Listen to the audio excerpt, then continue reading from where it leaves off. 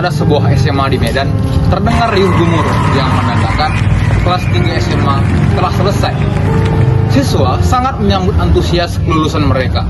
Ada yang melanjutkan studi dan tidak sedikit pula yang melanjutkan pekerjaan. Pun dengan Ella, seorang gadis desa yang ingin melanjutkan studi. Namun apa daya, Ella terbatas ekonomi. Oleh karena itu, untuk menjelaskan masalah ini, Ella berbagi cerita dengan kawannya.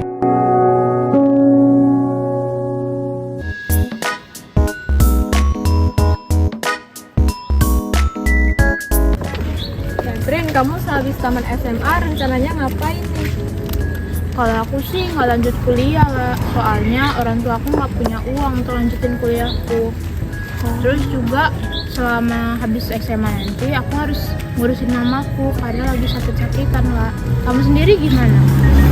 Aku pengennya langsung kerja sih Kat, tapi bingung kerja apa ya, kita kan baru tamat SMA. Oh, om aku ada kenalan loh. Kemarin katanya dia punya kenalan di Kamboja untuk jadi pekerja rumah tangga gitu. Nah, katanya gajinya sih di sana besar ya. Terus juga cuma 5 tahun, terus habis itu bisa langsung pulang deh ke Indonesia. Bagus tuh. Aku boleh nggak minta kontaknya tuh, Kat? Boleh. Nanti aku share ya kontaknya. Iya, thank you ya, Kat. Oke lah.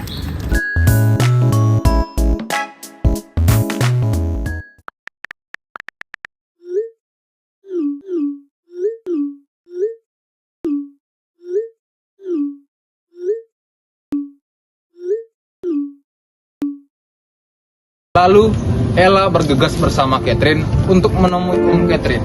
Dan hasil kesepakatan dengan Om Catherine, Ella pun bersepakat untuk menjadi pekerja rumah tangga di Kamboja.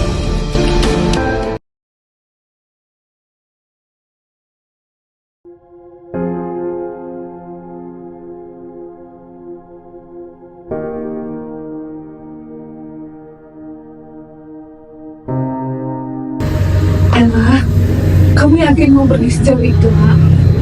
Itu jauh banget, Mak. Ibu takut. Tidak dengan cara ini loh, Bu, kita bisa hidup dengan lebih baik, Bu. Pak Rizky juga udah janji aku mau beri gaji besar dengan kondisi yang layak lagi kerjanya. Tapi kan itu jauh sekali, Mak. Itu jauh, Mak. Gimana kalau kamu kenapa-kenapa di sana? Ella udah besar, Bu. Ella bisa menjaga diri sendiri kok. Mak, tapi ibu dengar dari orang-orang kalau di Kamboja itu banyak yang terlantar, Mak. Orang dijanjiin ke sana, tapi terlantar. Ibu takut kamu seperti itu. Banyak memang yang berjanji-janji. Percayalah, Bu. Kita pasti bisa hidup lebih baik setelah ini, Bu. Saya.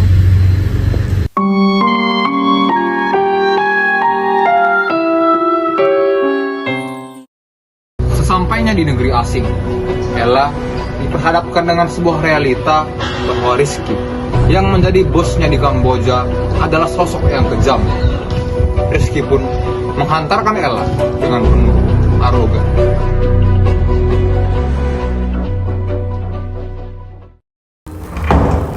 Ya, sudah sampai uang saya. Sekarang dengarkan yang saya katakan. Mulai sekarang kamu bekerja dengan saya. Saya majikan kamu. Kamu mulai sekarang kerja menjadi admin slot judi online. Pokoknya ikuti apapun perintah saya. Jangan banyak protes kalau mau aman. Loh Pak, tapi ini bukan apa yang Bapak janjikan. Katanya cuma jadi asisten rumah tangga biasa, Pak. Pokoknya ikuti perintah saya. Kalau kamu mau balik ke Indonesia lagi, ikuti semua arahan saya.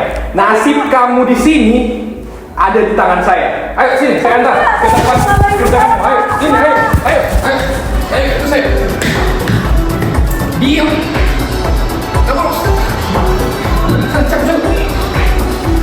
Jadi ini ruangan kamu bekerja mulai sekarang. Pak, sebenarnya saya kasih suara sih, Pak. Diam. Jadi kamu mulai sekarang jadi admin slot judi online di sini. Enggak, tapi pokoknya kamu mulai sekarang bekerja di komputer ini. Di komputer ini sudah ada panduan-panduannya.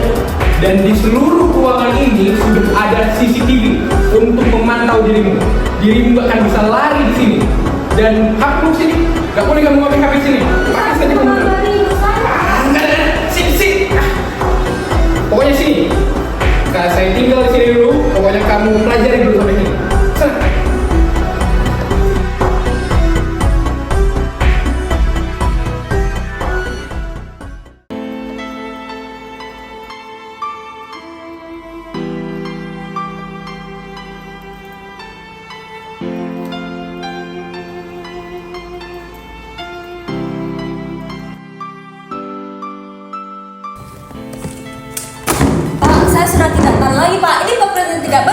Makanya kamu diam. Pak, saya Pokoknya mau pulang, kerjakan Pak. apa yang kubilang. Jangan banyak mengeluh. Pak, saya mau pulang, Pak. Pokoknya selama kamu di sini ikuti arahanmu. Kaulah yang akan menghasilkan duit sebanyak-banyaknya untukku. Kaulah masih mencetak uangku. Tidak ada orang satupun yang bisa menolongmu di sini. Kau bergantung padaku nasibmu. Lanjut kerja.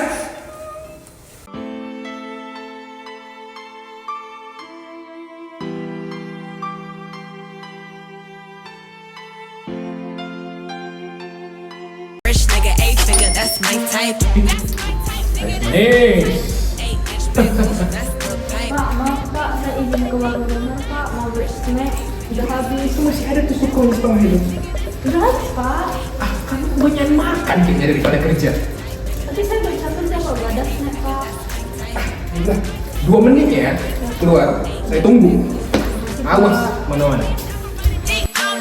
Rich nigga, eight.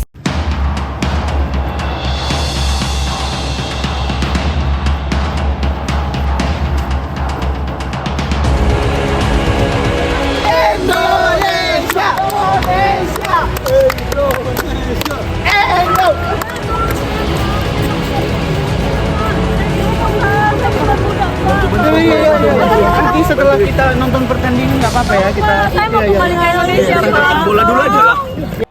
Mari kita lihat Calvin Siapdong membawa tendangan sudut ini dan tendangan diambil dan gol! Alhamdulillah, keunggulan dibalas oleh Rafael. Alhamdulillah, Indonesia. Dengan skor akhir 2-0 Indonesia Kamboja. Dengan kemenangan ini Indonesia akhirnya menjuarai Piala AFF di tahun 2024. Alhamdulillah. Mari kita rayakan kemenangan ini sebagai warga negara Indonesia. Alhamdulillah.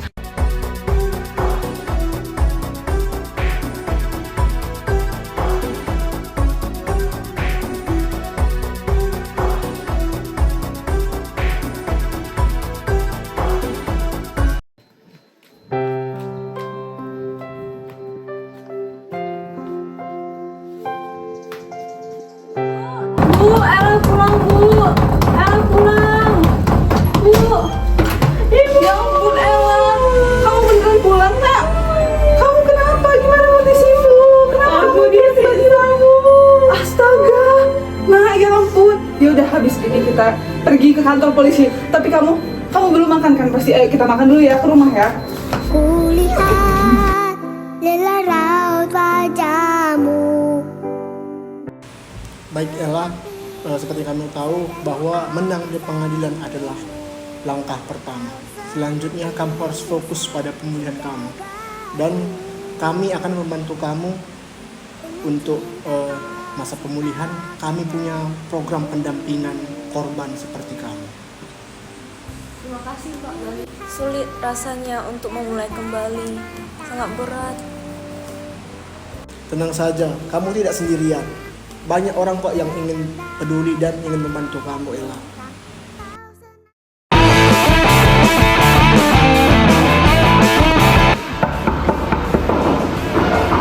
Masuk.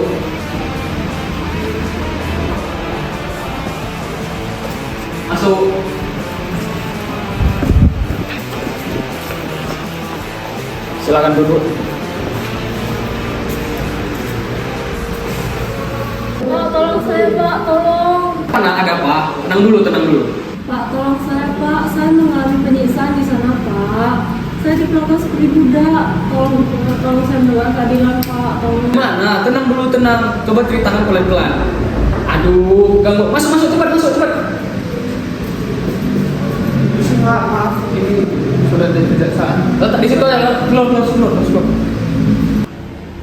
Saya dijanjikan sama TKI Pak, di Kamboja sama calon. Tapi sampai di sana saya jadi admin judi online Pak. Dan malah diperbudak sama majikan di sana. Kami akan usut kasus ini. Kamu sudah berani melapor. Itu merupakan suatu langkah yang besar. Baiklah, kalau untuk membuat laporan, mari ikut saya ke ruangan saya terlebih dahulu. Tolong anak saya Pak. Mari.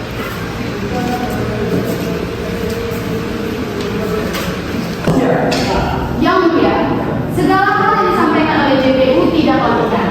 Kami memohon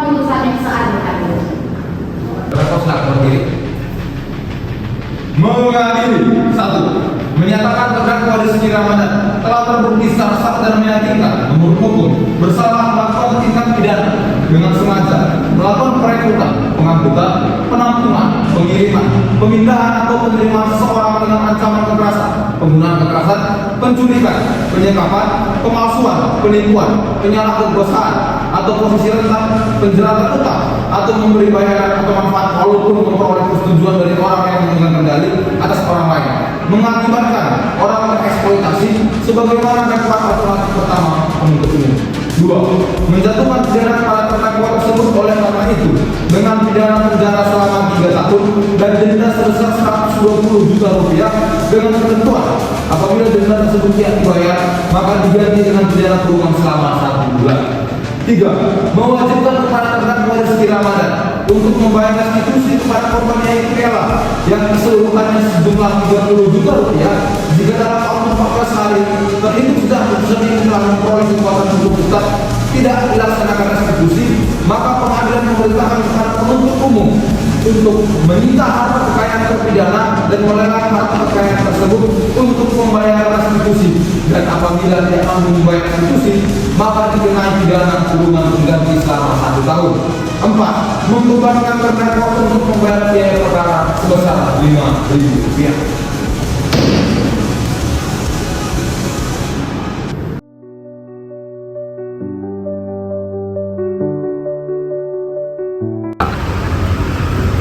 Kamu udah menang di pengadilan tapi kenapa wajahnya masih sedih?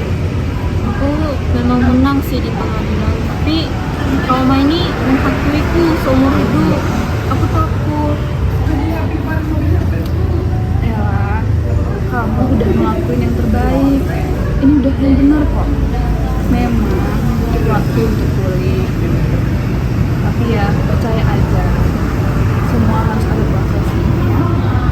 Kamu tenang ya. Terima kasih.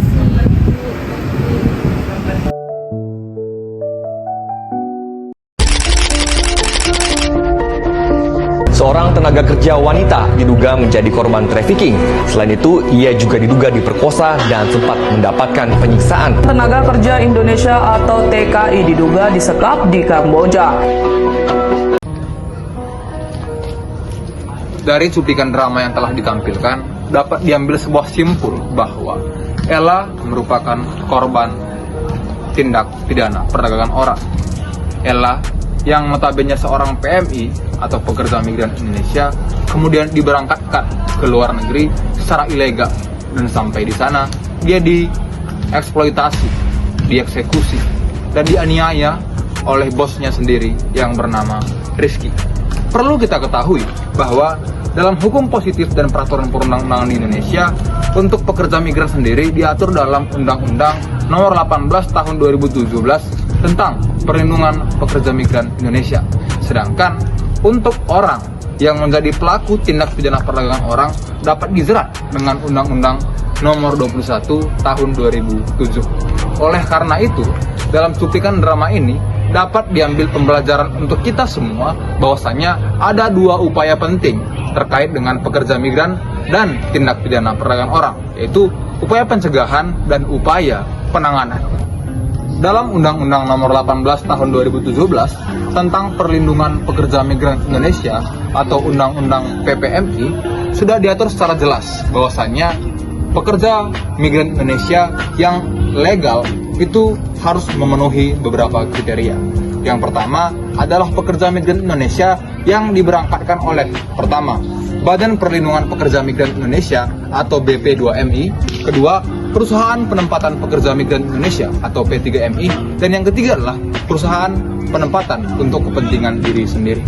Pun daripada itu, dalam Undang-Undang PPMI sudah dijelaskan secara tegas dalam pasal 69 bahwasanya perorangan dilarang sebagai orang atau sebagai subjek untuk menempatkan pekerja migran di Indonesia. Oleh karena itu, dapat disimpulkan bahwa Om Catherine yang menempatkan Ella melalui Rizky di Kamboja secara jelas telah melanggar pasal 69 Undang-Undang PPMI.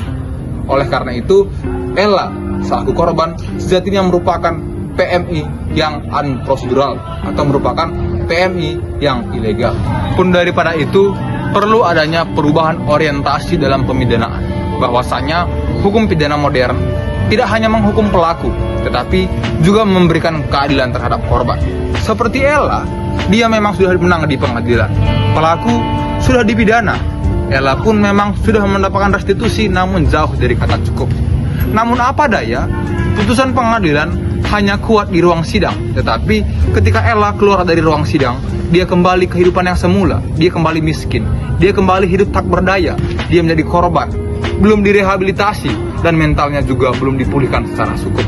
Bahkan di lingkungan sosialnya, Ella dikucilkan dan dimarginalisasi. Pun bila mana kelak sudah ada di antara kita akan menjadi korban, disinilah peran hukum itu menjadi sangat vital.